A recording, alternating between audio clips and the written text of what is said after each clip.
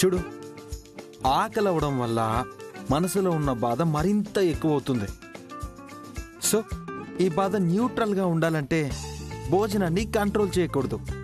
నా వల్ల అయితే అస్సలు కాదు. చూడు, ఇప్పుడు నేనైతే తినేస్తాను. ఆకలిస్తే నేను అస్సలు ఆగలేను. వద్దు అని చెప్తున్నాను కదా. తినాలని లేనప్పుడు బలవంత పెట్టినా నేను తినను. ఫైన్, నేను తినేస్తా.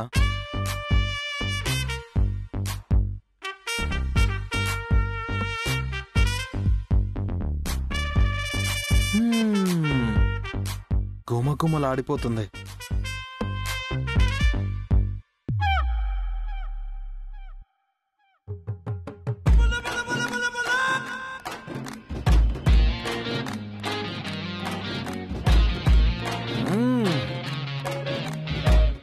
టేస్ట్ అదిరిపోయింది. ఫ్యాంటాస్టిక్.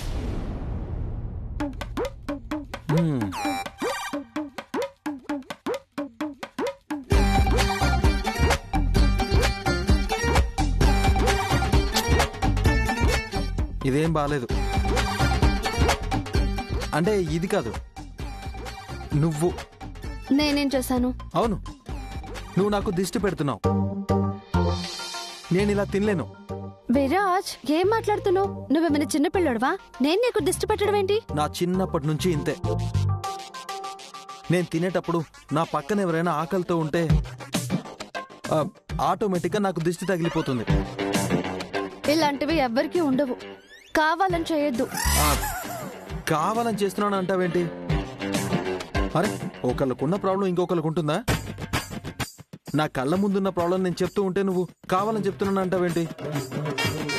నువ్వు తినకపోతే నాకు దిష్టి తగులుతుంది. తర్వాత నేను తిన్నాక. విరాజ్, నేను తినాలనే ఇదంతా ప్లాన్ చేస్తున్నావు, అంతా నాకు తెలుస్తుంది. అంటే నేను తినాలని నేను ప్లాన్ చేసుకుంటున్నాను. నువ్వు తింటే నా కడుపు నిండదు కదా. తినకపోతే మాత్రం నాకు దిష్టి తగులుతుంది.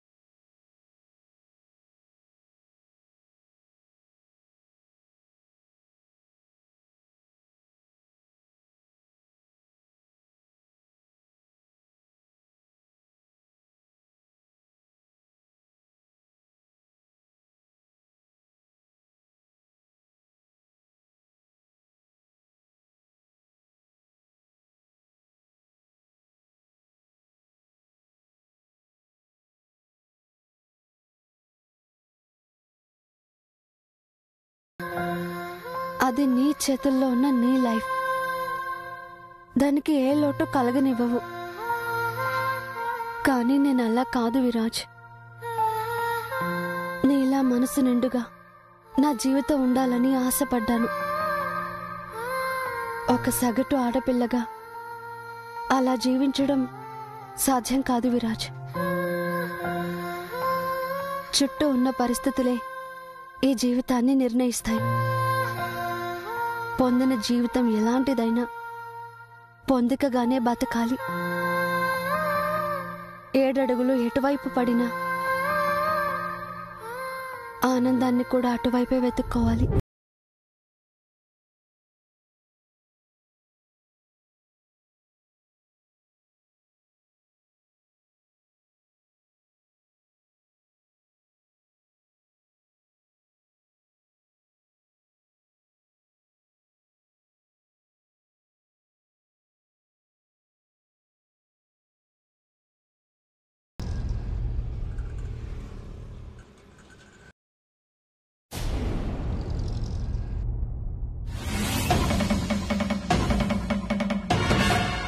ఎవరమ్మా మీరు? ఏం కావాలి? ఆనంద్ గారున్నారా? ఆనంద్ బాబు ఇంట్లో ఉన్నారో లేదో తెలీదు. అమ్మగారు మాత్రం ఇంట్లో ఉన్నారు మేడం. అమ్మగారితో మాట్లాడతారా మేడం? రండమ్మా. మేడం, మిమ్మల్ని కలవడానికి ఎవరో వచ్చారు.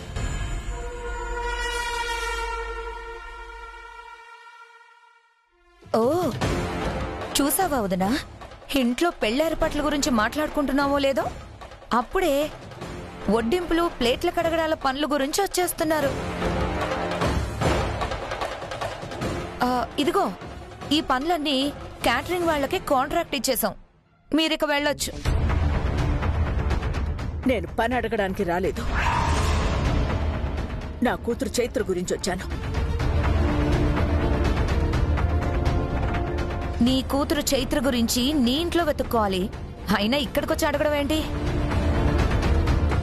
ఆడపిల్ల అదుపులో ఉంటే ఇలాంటి వెతుకులాటలు ఎందుకుంటాయిలే. కోర్టు కేసులో ఓడిపోయారని ఇలా కూతురు ఇంటికి రాలేదు, చుట్టాలింటికి రాలేదు అని ఏదో ఒక వంకతో వచ్చి డిస్టర్బ్ చేయడం ఏమీ బాలేదు సీతారత్నం.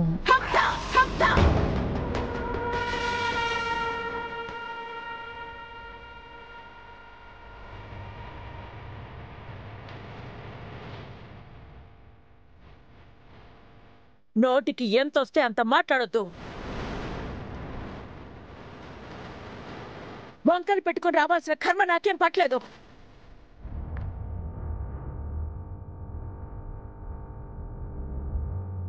సీతారత్నానికి ధనం లేదేమో కానీ గుణం కాదు. అబ్బో ఎంత గుణవంతురాలివో, ఆ అమ్మఒడి పేరుతో అంత స్థలాన్ని మా తండ్రితో రాయించుకున్నప్పుడే అర్థమైంది. హంస, శుభకార్యం జరుగుతున్న ఈ ఇంట్లో ఏంటి పంచాయతీ? ఎవరైనా కొత్త వాళ్ళు వింటే ఎంత అసహ్యంగా ఉంటుంది. ముందు ఆవిడ్ని పంపించేసాయి. గోమతి గారు, నేనిక్కడికొచ్చింది నా కూతురు చైత్ర కోసం. మా చైత్ర ఎక్కడా? మధ్యాహ్నం అనగా ఇక్కడికొచ్చింది, ఇప్పటి వరకు ఇంటికి తిరిగి రాలేదు. తనని వెతుక్కుంటూనే ఇక్కడి వరకు వచ్చాను. మీ కూతురికి మేమేం కాపలా లేము. ఎక్కడికి వెళ్ళిందో ఇక్కడికొచ్చి అడిగితే సమాధానం దొరుకుతుందా?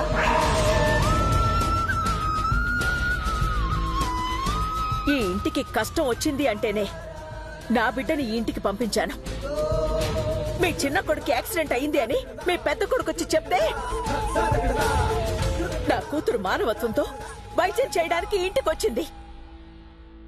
కానీ అదంతా అబద్ధం.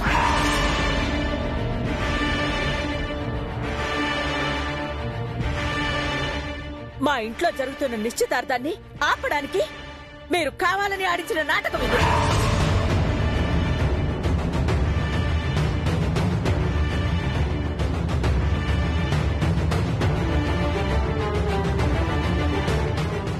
ఏంటి?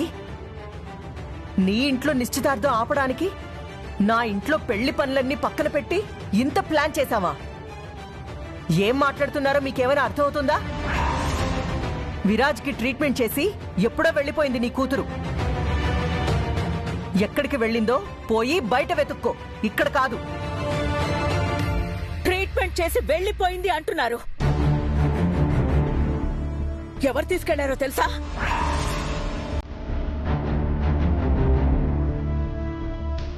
నీ చిన్న కొడుకు విరాజ్.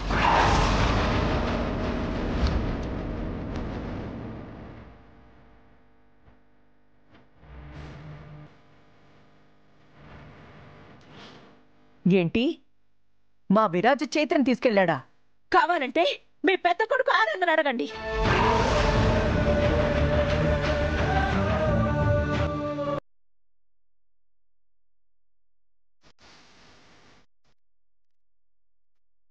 యాక్సిడెంట్ అయి గాయాలతో ఉన్నవాడికి ట్రీట్మెంట్ చేయడానికి వచ్చి ట్రీట్మెంట్ చేయించుకున్న విరాజ్ని తీసుకుని వెళ్ళిందంటే ఏంటి విషయం? వదినా, అంతా కలిసి మన కుటుంబాన్ని టార్గెట్ చేసినట్టున్నారు. మనల్ని ఏదో ఒకటి చేసే వరకు వదిలేలా.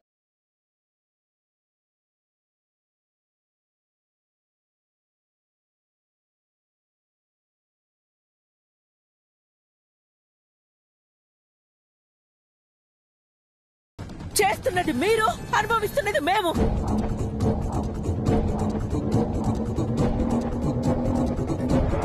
భరిస్తున్నాం కదా అని బాధ పెడితే ఏదో ఒకరోజు మా కన్నీళ్లే మీకు శాపంగా మారతాయి.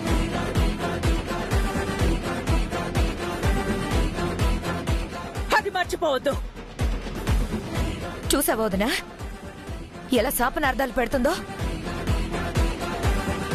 మన విరాజ్ని పథకం ప్రకారమే బయటికి తీసుకెళ్లిపోయి ఇప్పుడు నిశ్చితార్థం ఆపాం, ఇంకేదో చేశామంటూ రివర్స్ డ్రామా మొదలుపెట్టింది. అసలు ఇలాంటి వాళ్ళని అత్తయ్య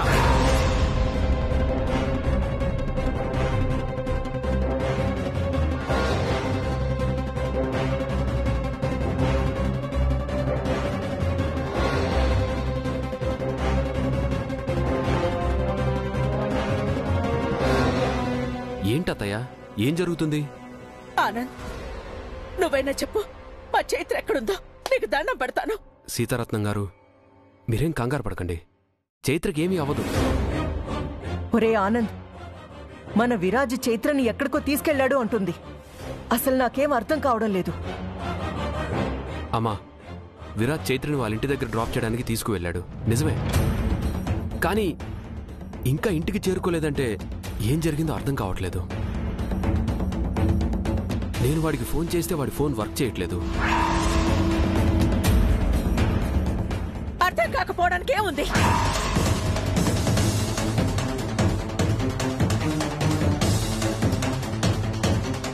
ఇదంతా మీరంతా కలిసే చేస్తున్నారు.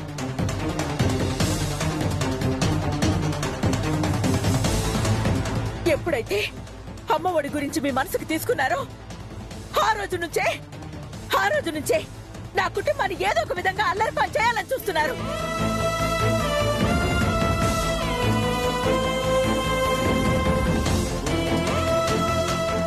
సీతారత్నం గారు పొరపాటు పడుతున్నారు. అలాంటిదేమీ లేదు. ఏమీ లేకుండా ఏం జరుగుతోంది? ఇప్పుడే చెప్తున్నాను వినండి. నా కూతుర్ల కోసం నేను ఎంతకైనా తెగిస్తా.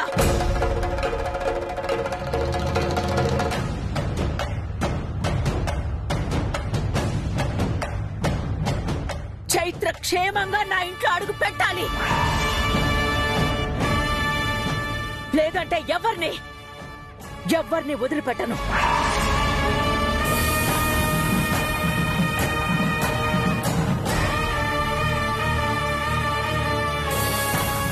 మీ ఆస్తులు అంతస్తులు ఏవి నన్ను ఆపలేవు.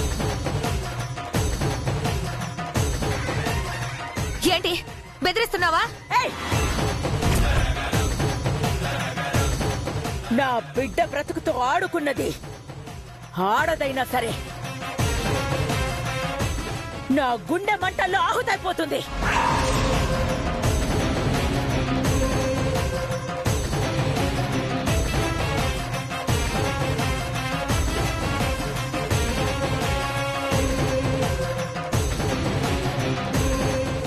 ఒరే ఆనంద్, అసలేం జరుగుతుందిరా? అమ్మా, కంగారు పడేంతలా ఏమీ లేదు. విరాజ్ చైత్రని డ్రాప్ చేయడానికి వెళ్ళాడు. మధ్యలో కారు ఏమైనా ట్రబుల్ ఇచ్చిందేమో, అంతకు మించి ఏం ఉండదమ్మా.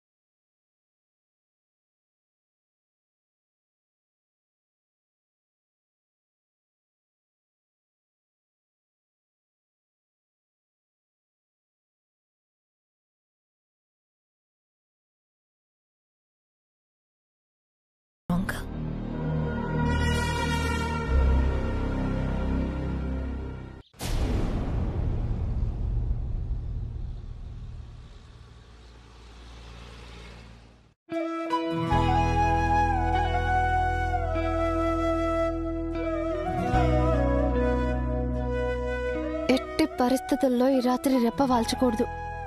ఎవరిని గుడ్డిగా నమ్మకూడదు. ఇది నిద్ర రాకుండా, ఇది ఎవ్వరూ దగ్గరికి రాకుండా.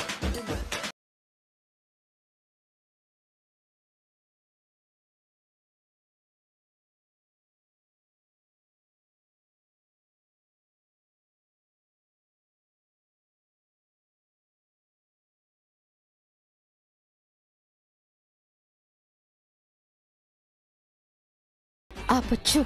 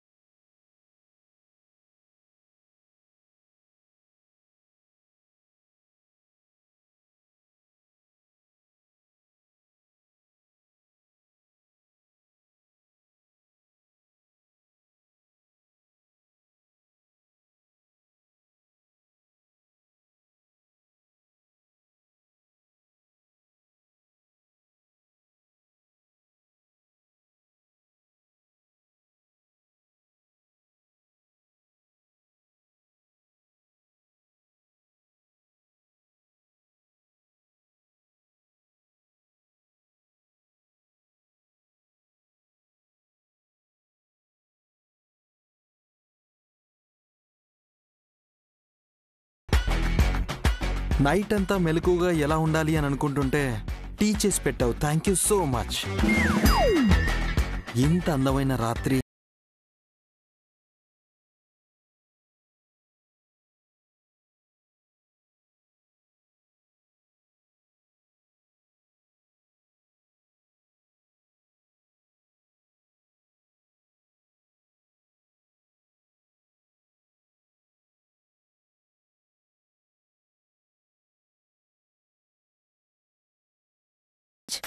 ఏమనుకుంటున్నావు నా గురించి? ఇదే కదా నీ ఉద్దేశం? అందుకే కదా ఇక్కడికి తీసుకొచ్చావు. నువ్వెలాంటి వాడివో నిన్ను మొదటిసారి పరిచయం చేసుకున్నప్పుడే నాకు తెలుసు. అసలు నిన్నొక మంచి ఆత్మీయుడుగా, నా విషయంలో తప్పుడు ఉద్దేశంతో చూడవని నమ్మాను. కానీ నీ క్యారెక్టర్ నీ దగ్గరే ఉంది. అమ్మాయిలందరినీ నువ్వు చూసే విధానం ఇలాగే ఉంటుందని నా విషయంలో కూడా నువ్వు ప్రూవ్ చేసుకున్నావు. నేను నమ్మిన గొప్ప క్యారెక్టర్ అసలు నీలో లేదు.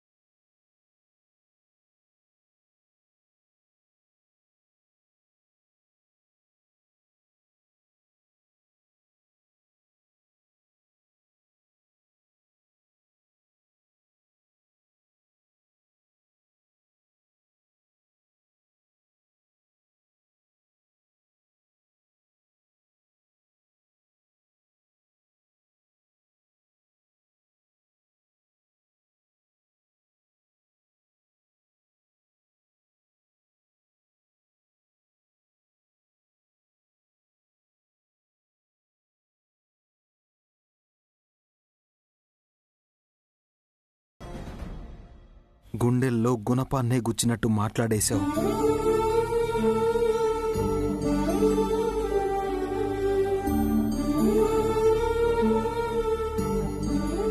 నీ మనసులో నా స్థానాన్ని ఎంతో అందంగా ఊహించుకున్నాను. కానీ అంతే అందవిహీనంగా నా క్యారెక్టర్ని నీ మనసులో ముద్రించుకున్నావని ఇప్పుడే అర్థమవుతుంది.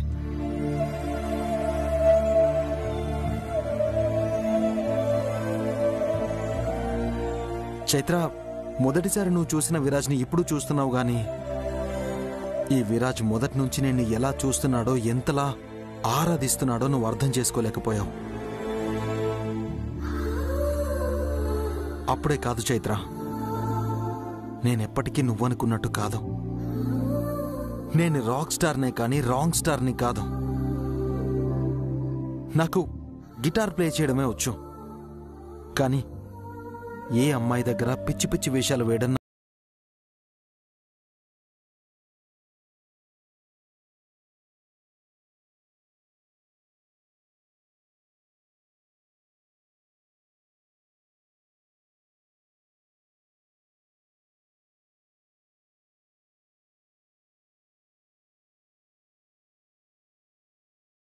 బుర్రలో కేజీ అనుమానం పెట్టుకున్నప్పుడు నేను రామా అన్నా నీకు పక్కకి రామ్మా అన్నట్టే వినిపిస్తుంది.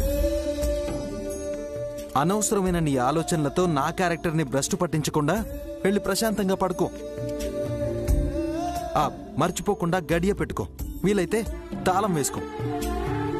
అది చాలేదనుకో, ఇదిగో ఈ సోఫా తీసుకెళ్లి డోర్కి అడ్డంగా పెట్టు. హాయిగా పడుకో. I'm sorry Viraj. వద్దు వద్దు, ఈ సారీలు వద్దు, నా మీద నీ సవారీలు వద్దు.